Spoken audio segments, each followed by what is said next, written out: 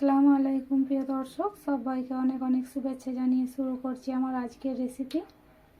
তো আমার আজকের রেসিপি হচ্ছে সুজির পুডিং। তো চলুন দেখে নেওয়া যাক কীভাবে এই রেসিপিটি আমি তৈরি করি।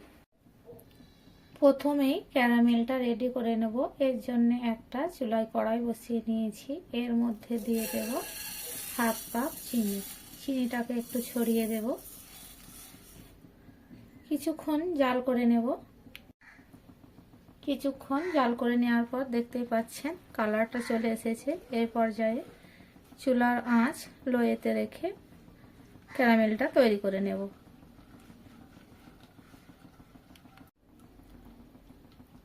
ক্যারামেল রেডি হয়ে গেছে, দেখতেই পাচ্ছেন। আমি বেশি আর ড্রাগ করব না। এবার ক্যারামেল নামিয়ে নেব।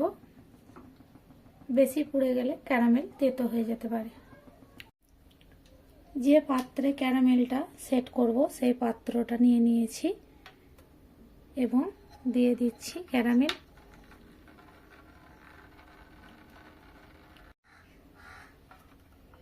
দেওয়ার সাথে সাথেই ক্যারামেলটা চারিদিকে সেট করে নিতে হবে, না হলে জমে যেতে পারে।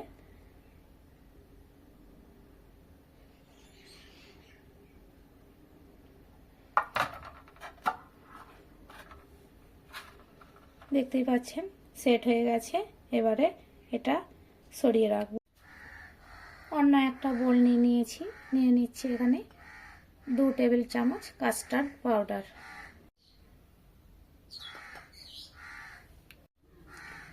হাফ কাপ দুধ দিয়ে দিচ্ছি, নর্মাল দুধ।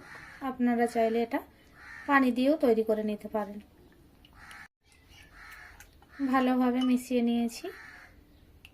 এটাও এক সাইডে রেখে দেব। এবার যে পাত্রে ক্যারামেলটা রেডি করে রেখেছিলাম সেই পাত্রে নিয়ে নেব 2.5 কাপ দুধ।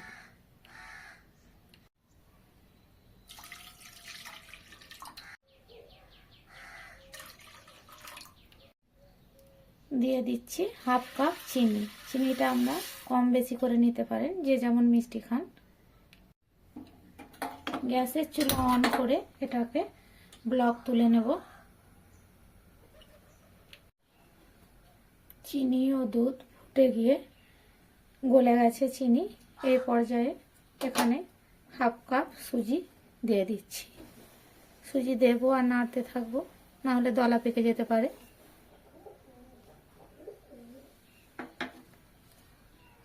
লো ফ্লেমে এটা রান্না করে নেব।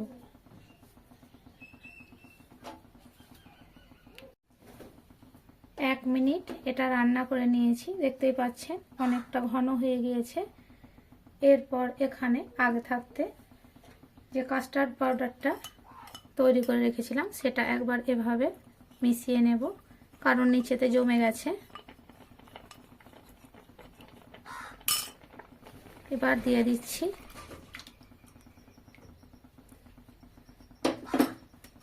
দিয়ে খুব ভালোভাবে নাড়াচাড়া করে নিতে হবে, নাহলে সঙ্গে সঙ্গে এটা দলা পেকে যেতে পারে।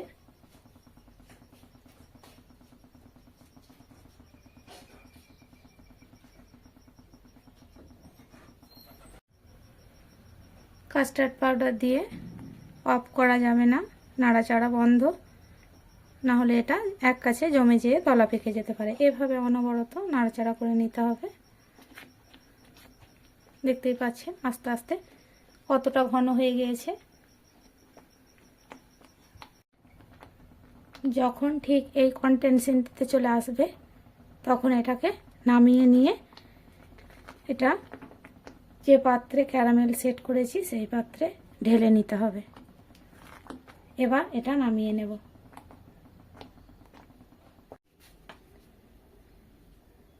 এটা নামিয়ে নিচ্ছি।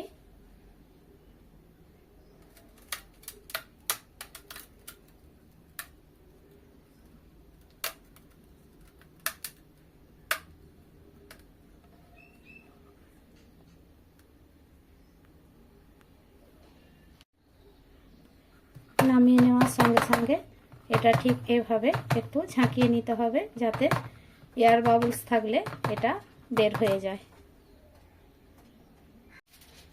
এরপর ফয়েল পেপার দিয়ে এটাকে মুড়ে নেব খুব ভালোভাবে। যাতে এর ভেতরে কোনো পানির ভাব না ঢোকে।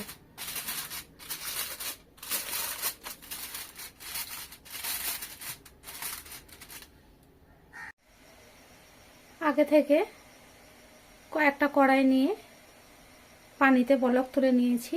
এরপর এখানে একটা লেবু চিপে এখানে দিয়ে দিচ্ছি, তার কারণ খুব কড়াইটা কালো হবে না। এরপর একটা স্ট্যান্ড দিয়ে দিলাম, এর মধ্যে এরপর পুডিংটা দিয়ে দিচ্ছি, দিয়ে এটা 30 মিনিট জাল করে নেব। ঢাকা চাপা দিয়ে 30 মিনিট পর দেখাচ্ছি আপনাদের। 30 মিনিট পর আমি এবারে এটা নামিয়ে নেব।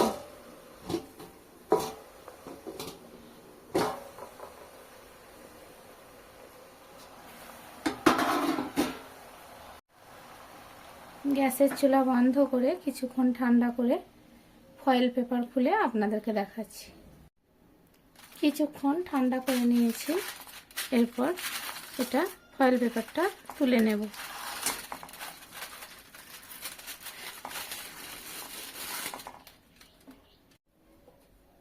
দেখতেই পাচ্ছেন কত সুন্দর এটা জমে গেছে। আপনাদের দেখাচ্ছি, দেখুন হাতে লেগে যাচ্ছে না, এর মানে এটা ঠিকঠাকভাবে সেট হয়েছে। যদি না হয় খুলে আবার একবার বেক করে নিতে পারেন।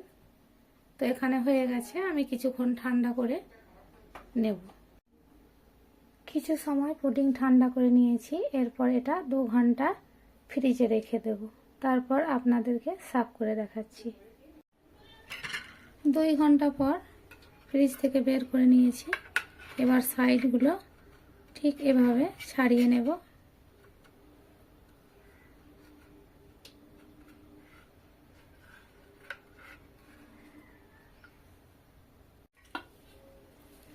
এবার একটা প্লেট নিয়েছি, এভাবে উল্টে দেব।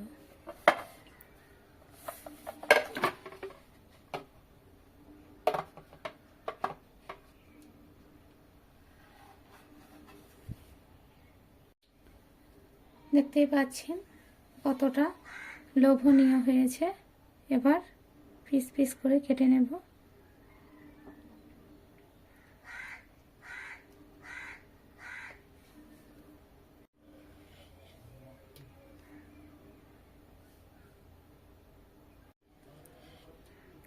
ঠিক এইভাবে পিস পিস করে কেটে নিয়েছি।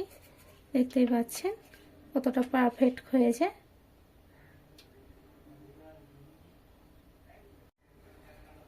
তো ডিমের পুডিং যারা পছন্দ করেন না, তারা এই পুডিংটি বানিয়ে নিতে পারেন, খেতে অসম্ভব মজার হয়। আমার রেসিপি যদি আপনাদের একটুও ভালো লাগে, তবে আমার চ্যানেলটি সাবস্ক্রাইব করে পাশে থাকার অনুরোধ রইল। দেখা হবে পরের কোনো ভিডিওতে। ততক্ষণ ভালো থাকবেন, সুস্থ থাকবেন। আল্লাহ হাফিজ।